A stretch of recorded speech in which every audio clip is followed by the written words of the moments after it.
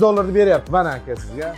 Sirdaryoda o'sha mashhur Mebel City asoschisi Oybek akam yetib keldi mana Bosim bog'iga. Ikkita post qo'yib men boryapman dedi. Mana Ilhom akamni ham olib kelgan. Ilhom akam yeb qo'ysa $200 beraman degansiz-a? Beraman. Cho'ntakda turibdi. Agar vaqtdan oldin yeb qo'ysangiz men ham $200 beraman. Qo'shildi, ikki stavka oshdi. $400 bo'ldi. Jamoasi bilan kelgan hozir. Mana sizlar kelibsiz. Alisher aka O'zbekistonda somsani milliy brend qilib tanitgan yagona inson bo'ladi. Mana Mebel City'dan arzimasa ham sizga kepka. Rahmat aka. Bizni brendimizni kiyib yuring, maza qilib. Men ham Mebel City'ga ish ko'taman endi. Yesangiz aka mana shu Xasbek akam ketasizlar shu. Ketaman. Bo'ldi. Tayyormisiz? Bo'ldi ketaman. Mana shu yigitni ham sizga beramiz. Tayyormisizlar? Boshladik. Boshlang.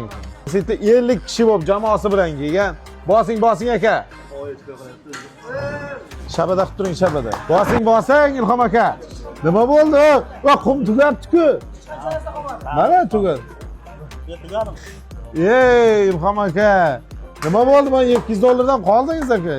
Ilhom aka harakat qildi. Pul uchun emas, prosta dili interes edi. Lekin somsani yeb qo'ydi, ozgina qoldi. Xabar qoldi, go'sht qolmadi. Bir narsa beringda, shuncha harakat qildi. Beramiz. Hurmatli muxlislar, eng kerakligi, eng muhimi ishtirok. Bu yerga yurak yutib 2 kilolik somsani yeyman deb kelish ham hammaga emas. Shunday. Hammaning ishlariga omad tilaymiz. Bugun yutkizdik, keyingi safar g'alaba qozonamiz. Bo'ldi. Keyingi safar hech narsa yemay keling aka. Mayli, shuncha harakat qilganingiz uchun mana Xasbek sizga aka olib keting. $200 beryapti mana aka sizga. Rahmatli aka. Mana Bosim bog'dan Xasbek sizga olib ketavering.